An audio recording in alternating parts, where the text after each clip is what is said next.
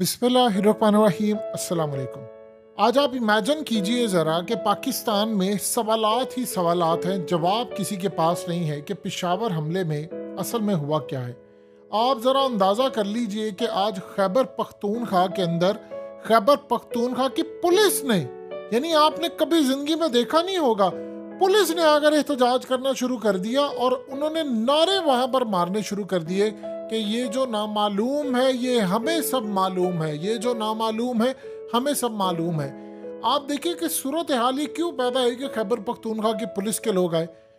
उन्होंने कहा है कि हमने कल रात को जो बंदे उठाए हैं, लोग तड़प रहे थे, रो रहे थे कि यार हमें बचा लो, हम गए, हम बर्बाद हो गए, हमारा सब कुछ लुट गया, हम कुछ भी नहीं कर पाएंगे। आप जरा अंदाजा कर लीजिए कि इस सूरत हाल के अंदर कोई कैसे जी सकता है। एक शख्स कहता है कि जी मैं मुंह पर नकाब रखा हुआ है कि मेरी जान को खतरा है। उसने कहा हम एहतजाज कर रहे हैं क्योंकि हमारी जानों के सौदे किए। कहते हैं इलेक्शन डिले करेंगे, फलाना करो। कहता हमारा इलेक्शन से क्या लेना देना, हमारे पास तो यही माश है, हम कहां पर जाएं। पख्तूनों का सौदा किया जा रहा है, बेचा जा रहा है उनको, लेकिन कोई जवाब देने वाला नहीं। असल में वो किस जवाब की तलाश में है। वो आज अफगानिस्तान के वजीर खारजा ने जो बात की है, उन्होंने कहा है कि आप लोग उठकर अफगानिस्तान पर इल्ज़ाम लगा रहे हैं, अपने घर को देखे। उन्होंने कहा कि हम आपको मशवरा देते हैं कि जाकर आप पेशावर धमाके की तहकीकात करें कि किस तरह एक खुदकुश जैकेट इतने बड़े पैमाने पर तबाही करके इमारत गिरा सकता है। उन्होंने कहा कि 20 साल हो गए, हमने तो ऐसा नहीं देखा जो जैकेट बांध कर इतना नुकसान कर सके। अब ये जो अफगानिस्तान के वजीर खारजा ने बात की है, देखें ये लोग बानी है, इन्होंने वो हेडक्वार्टर उड़ाए हैं कि अमेरिका के हेडक्वार्टर पर जाकर इन्होंने गाड़ियां मारी हैं। इनके खुदकुश जाते होते थे जैकेट पहनकर, इनको पता है उसका हुजम क्या हो सकता है। वो ये बात जो करे, और वो जो पूरा पाकिस्तान ये बात कर रहा है कि भाई आज इवन के ओरिया मकबूल जान ने कहा है कि मैंने अपनी जिंदगी में इतने धमाके देखे हैं, मैंने कभी ऐसा नहीं देखा कि इतना ज्यादा बारूद कैसे चला गया अंदर, और वो किस तरह जाकर उसने अपने आप को फाड़ दिया कि छत कंक्रीट की थी, वो कंक्रीट की छत गिर गई। उन्होंने कहा सवाल ही पैदा नहीं होता, यानी इस लेवल पर। और फिर सबसे बड़ी बात यह है कि वो बंदा गया किस तरह। इस तस्वीर को जरा गौर से देखिए। आप सोचिए 4 जगह पर चेकिंग होती है। पहले अगर किसी ने आना होता है, वो बताता है जी मैंने फलान जगह को मिलने जाना, फलाने बंदे को मिलने जाना है, ये मेरा जानने वाला है।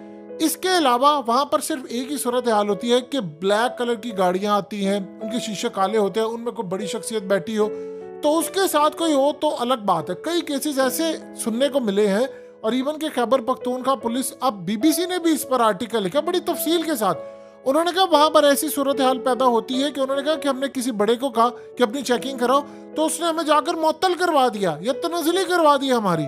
तो फिर हम डर के हमारे पूछते नहीं, अब हमें क्या पता उनके साथ कौन सा लोग अंदर आ जाते हैं या ये बंदा कैसे है। अभी तक खैबर पख्तूनख्वा पुलिस को पता ही नहीं है, लेकिन अब उनको शायद पता चल गया। वो नारे मारे, वो कहते जी ये जो नामालूम है हमें सब मालूम है। अब वो किसकी जानिब इशारा कर रही है ये अभी अंदाजा नहीं हो पाया। ये तो उन्हीं से पूछना पड़ेगा कि भाई आप किसको कह रहे हैं ये जो नामालूम है ये हमें सब मालूम है। ये तो आप उनसे पूछेंगे तो वही बता सकते हैं। हमारा इस वक्त जो कंसर्न है वो अफगानिस्तान के वजीर खारजा जो बात कह रहे हैं, वो कह रहे हैं कि हमें 20 साल का तजर्बा है ये सारे काम करने का, क्योंकि वो वाहिद तंजीम है जो ओपनली कहती है कि भाई हमने ये काम किया है क्योंकि हमने अमरीकियों को मारा है, लेकिन वो कहते हैं हमने मुसलमानों को नहीं मारा। अब टीटीपी वाले कहते हैं कि भाई हमने तो इसमें हमारा कोई हाथ ही नहीं है। सवाल ये पैदा होता है कि उस बंदे ने कैसे इतनी मनसूबाबंदी बड़ी कर ली, वो कैसे इतने चेक पोस्ट क्लियर करके आ गया। अब वहां पर जी बहुत ज्यादा सख्ती हो गई, और भाई सख्ती पहले करनी थी। ये देखिए पाकिस्तान में कॉन्सेप्ट खत्म होना चाहिए। चाहे कोई जितना निचले लेवल का बंदा, गरीब से गरीब हो या अमीर से अमीर हो, ताकतवर क्यों ना हो, सबकी चेकिंग उसी तरह होनी चाहिए जिस तरह आम बंदे की चेकिंग होती है। तो वहां पर जाने के लिए अब आप देखिए अभी तक पता ही नहीं चला। वो कह रहे हैं जी हम पिछले 100 दिन की फुटेज देख रहे हैं, सीसीटीवी फुटेज, कि कौन आया कैसे गया। और ये बंदा, उन्होंने फुटेज निकाल कर उनको समझ ही नहीं आ पा रही कि ये बंदा था कौन। उन्होंने सारी फुटेज निकाली, उन्होंने कहा जी कोई ऐसा बंदा तो गया ही नहीं है।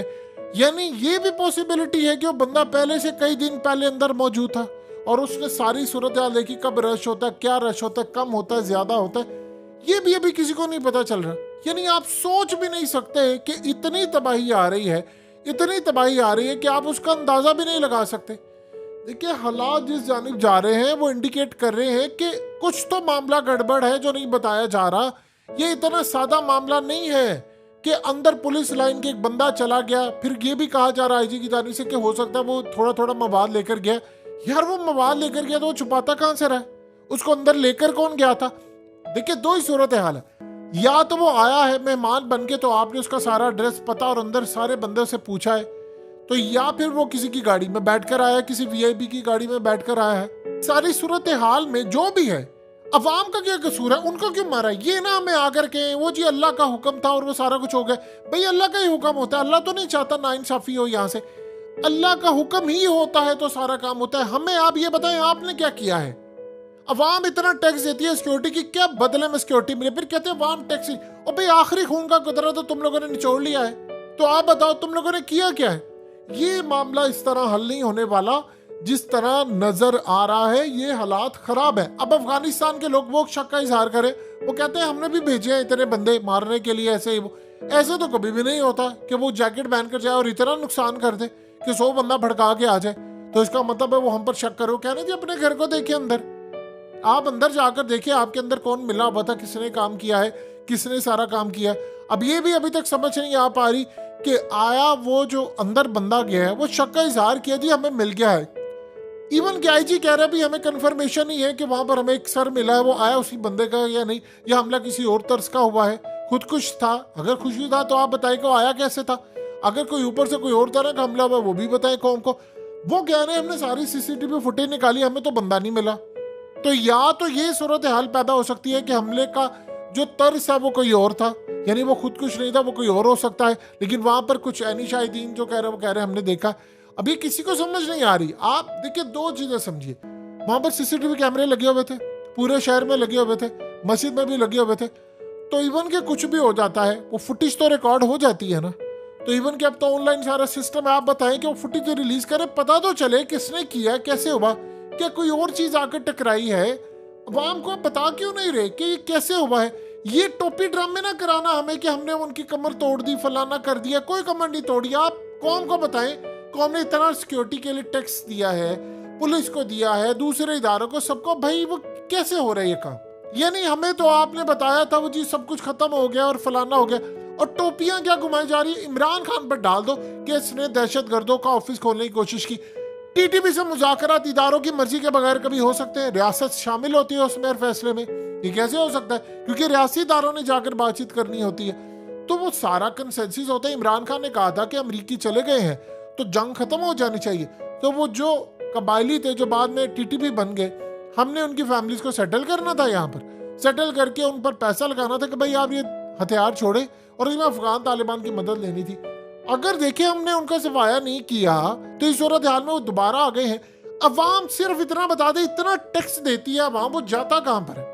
हमें क्या सिक्योरिटी मिली है बदले में? आज अफगानिस्तान का वजीर खारजा हमें कह रहा है अपने घर में देखे आपने किया क्या। वो शक व शुबाक का इजहार कर रहे हैं। ये मामला इस तरह नहीं है जितना दबाया जा रहा है। असल कहानी बताएं, ये हुआ क्या है? बंदा अंदर कैसे आया था?